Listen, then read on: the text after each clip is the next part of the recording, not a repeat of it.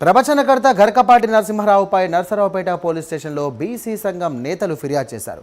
ప్రభుత్వం విద్యార్థులకు అందించే భోజనం, కోడిగుడ్లపై ఆయన చేసినటువంటి వ్యాఖ్యలు విద్యార్థులు వారి తల్లిదండ్రుల మనోభావాలను కూడా దెబ్బతీశాయంటూ కూడా వారు ఆరోపించారు. ఇక గరకపాటిపై తక్షణమే కేసు నమోదు చేయాలంటూ కూడా వారు కోరారు.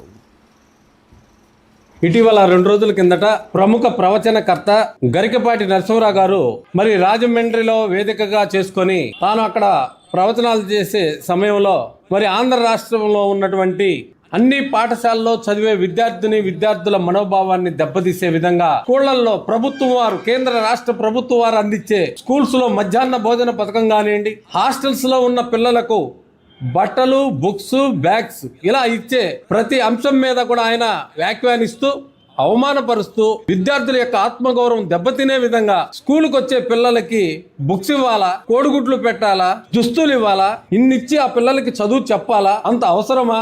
వాళ్ళ డబ్బులతో వాళ్ళు చదువుకోలేరా? ఆయన వ్యాఖ్యానించడం దుర్మార్గమైనటువంటి ఆలోచన.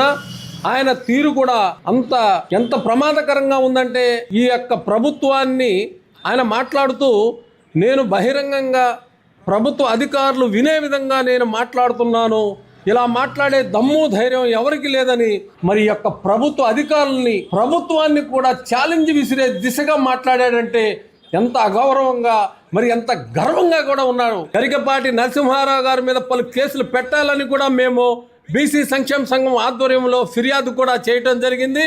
అలాగే భవిష్యత్తులో రాష్ట్ర వ్యాప్తంగా అన్ని స్టేషన్లో బీసీ సంక్షేమ సంఘం ఆధ్వర్యంలో కేసులు నమోదు చేయాలని కూడా ఒక ఉద్యమాన్ని కూడా మేము ముందుకు తీసుకెళ్తామని ఈ సందర్భంగా తెలియజేస్తా ఉన్నాం.